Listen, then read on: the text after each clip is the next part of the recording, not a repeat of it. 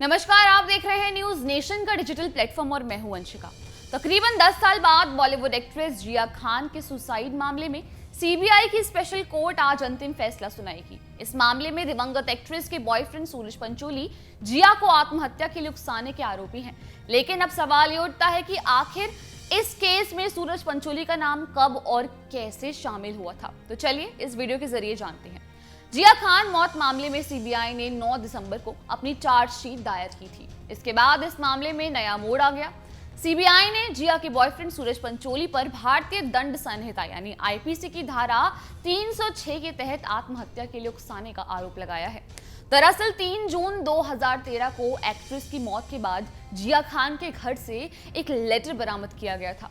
उसे सीबीआई की चार्जशीट में शामिल किया गया है और उसी सीबीआई को मिले जिया के लेटर में सूरज पंचोली पर टॉर्चर करने, धोखा देने और झूठ बोलने सहित कई गंभीर आरोप लगाए गए थे।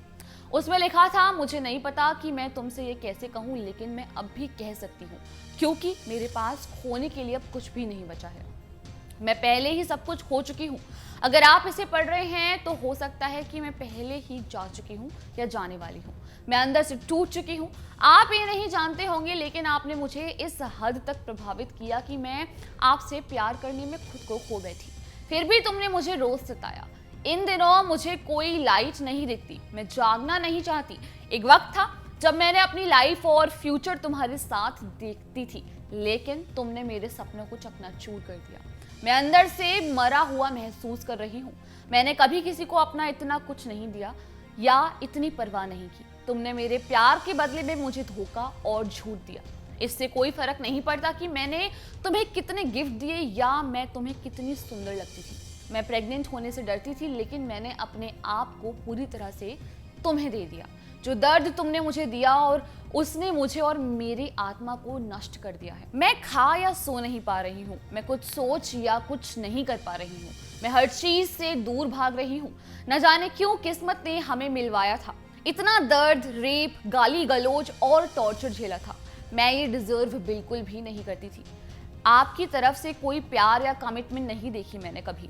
मुझे बस इस बात का डर सताने लगा कि तुम मुझे मानसिक या शारीरिक रूप से चोट पहुंचाओगे। आपकी लाइफ पार्टी करने और महिलाओं के बारे में थी। मेरी आप और मेरा काम था। अगर मैं यहाँ रहूंगी तो मैं तुम्हारे लिए तरसूंगी और तुम्हें मिस करूंगी। इसलिए मैं अपने 10 साल के करियर को किस कर रही हूँ और सपनों को अलविदा कह रही हूँ। मैंने हमारे बच्चे को अबॉर्ट कर दिया जब इसने मुझे बहुत गहराई से हर्ट किया। वहीं जब मैं वापस आई तो आपने मेरा क्रिसमस और मेरा बर्थडे डिनर बर्बाद कर दिया। जब मैंने आपके जन्मदिन को खास बनाने की पूरी कोशिश की, तुमने वैलेंटाइंस डे पर मुझसे दूर रहना चुना। आपने मुझसे वादा किया था कि 1 साल पूरा होते ही हम सगाई कर लेंगे। आखिर में जिया ने अपने लेटर में लिखा था, काश तुमने मुझसे प्यार किया होता जैसे मैं तुमसे प्यार करती थी। मैंने हमारे फ्यूचर का सपना देखा। मैंने हमारी सफलता का सपना देखा। मैं इस जगह को टूटे सपनों और खाली वादों के साथ छोड़ रही हूँ। अब मैं बस इतना चाहती हूँ कि सो जाऊं और फिर कभी भी ना उठूं। मैं कुछ नहीं, मेरे पास सब कुछ था। तुम्हारे साथ रहते हुए भी मुझे इतना अकेला महसूस हुआ। आपने मुझे अकेला और कमजोर महसूस कराया। बता दें कि जिया की मां ने शुरुआत से ही सूरज पे ये आरोप लगाया था कि उन्होंने ही जिया को सुसाइड के लिए उकसाया है। आज उनके लंबे संघर्ष और इंतजार के बाद सीबीआई की स्पेशल कोर्ट अपना फैसला सुनाएगी।